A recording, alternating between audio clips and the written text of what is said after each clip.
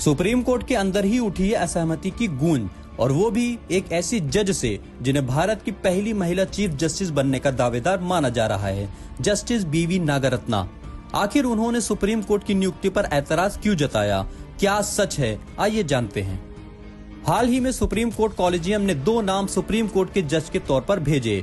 ये नाम थे पटना हाई कोर्ट के चीफ जस्टिस विपुल पंचोली और बॉम्बे हाई कोर्ट के चीफ जस्टिस आलोक आराधे। 27 अगस्त 2025 को केंद्र सरकार ने इन दोनों की नियुक्ति की मंजूरी दे दी, लेकिन तभी सामने आया वो चौंकाने वाला विरोध जिसने देश भर में हलचल मचा दी। जस्टिस बीवी नागरत्ना ने आखिर क्यों कहा नहीं? क्या वजह थी कि कॉलेजियम के भीतर ही मतभेद की आवाज गूंज उठी?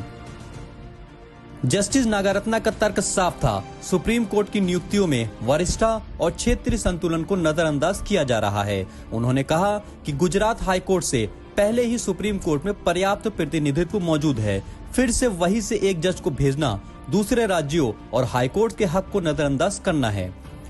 यही नहीं, उन्होंने कॉलेजियम से साफ कहा, नियुक्ति केवल सीनियरिटी और मेरिट पर होनी चाहिए, न कि किसी दबाव या क्षेत्रीय राजनीति के तहत।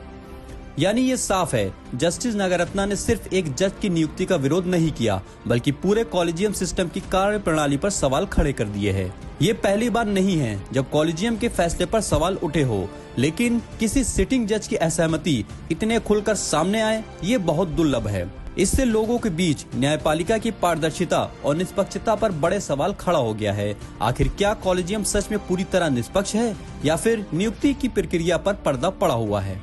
जस्टिस नागरत्ना आने वाले समय में भारत की पहली महिला चीफ जस्टिस बनने वाली हैं। ऐसे में उनका विरोध और भी अहम हो जाता है।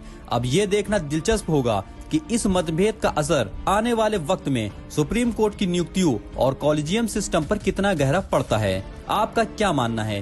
क्या जस्टिस नागरत्ना का विरोध जायज है या फिर कॉलेजियम ने सही फैसला लिया है? कमेंट में अपनी राय जरूर लिखें और चैनल को सब्सक्राइब करें। मिलते हैं अगले वीडियो में।